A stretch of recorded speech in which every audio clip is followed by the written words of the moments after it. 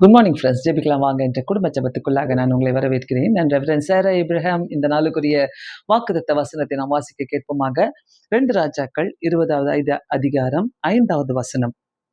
உன் விண்ணப்பத்தை கேட்டேன், உன் கண்ணீரை கண்டேன், இதோ நான் உன்னை குணமாக்குவேன். ஆமென். உன் விண்ணப்பத்தை கேட்டேன், உன் கண்ணீரை கண்டேன், நான் உன்னை குணமாக்குவேன்.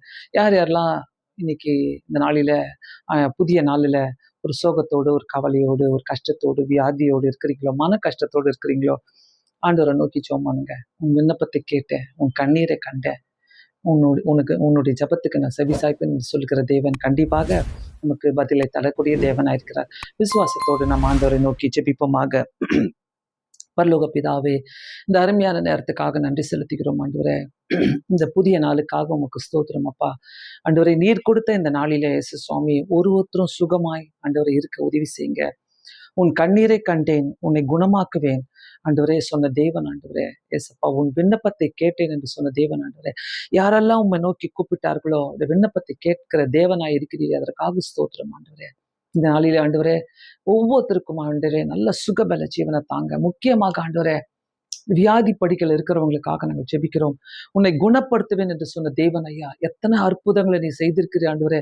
அநேக நாட்களாக ஆண்டவரே, வியாதியில இருக்கிறவங்க, வியாதி படுக்கையில இருக்கிறவங்க, வேலைக்கு போக முடியாம, சம்பாதிக்க முடியாம இருக்கிறவங்க ஆண்டவரே, எல்லாரையும் இந்த கரங்களில கொடுக்குறோம் ஐயா. ஆப்ரேஷன் பண்ணிட்டு வீட்டில் இருக்கிறவங்க, ஆண்டவரே, கை கால் வர முடியாம வீட்டில் இருக்கிறவங்க, எல்லா வியாதியஸ்தர்களையும் ஆண்டவரே, வியாதியில இருக்கிறவங்கள ஒருத்தரும் உங்க கரங்களில கொடுக்குறோம். இந்த ஜெபம் ஹாஸ்பிட்டலுக்குள்ள போகட்டும் ஆண்டவரே.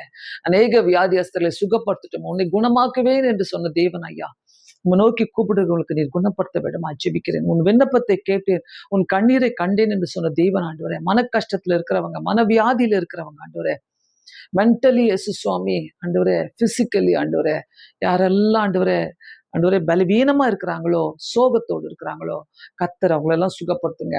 உன் விண்ணப்பத்தை கேட்டேன் என்று சொன்ன தேவன் ஐயா, உன் கண்ணீரை பார்த்தீங்க எசு சுவாமி. எல்லாருக்கும் சுகபல ஜீவனை தாங்க. எல்லா குடும்பத்துக்குள்ளாக, வாலிப பிள்ளைகளுக்குள்ளாக ஆண்டவரே, முதியோர் எல்லாரையும் இந்த கரங்களில கொடுக்கிறோம். நீர் ஆசீர்வதிப்பீராக, காத்துக்கொள்வீராக இயேசு சுவாமி.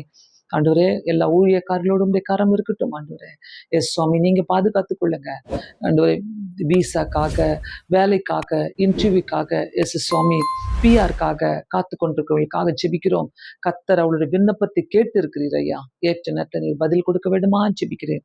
உங்களுடைய நாமம் மகிமைப்படட்டும். உங்களுடைய சமூகம் எங்களுக்கு முன்பாக கடந்து செல்லட்டும். எங்களை வழி நடத்துங்க. இந்த ஜெபத்தை கேட்கிற ஒவ்வொருத்தரும் நீர் ஆசீர்வதிங்க. இயேசுவின் நாமத்தினாலே வேண்டிக் கொள்கிறேன் பிதாவே, ஆமென்.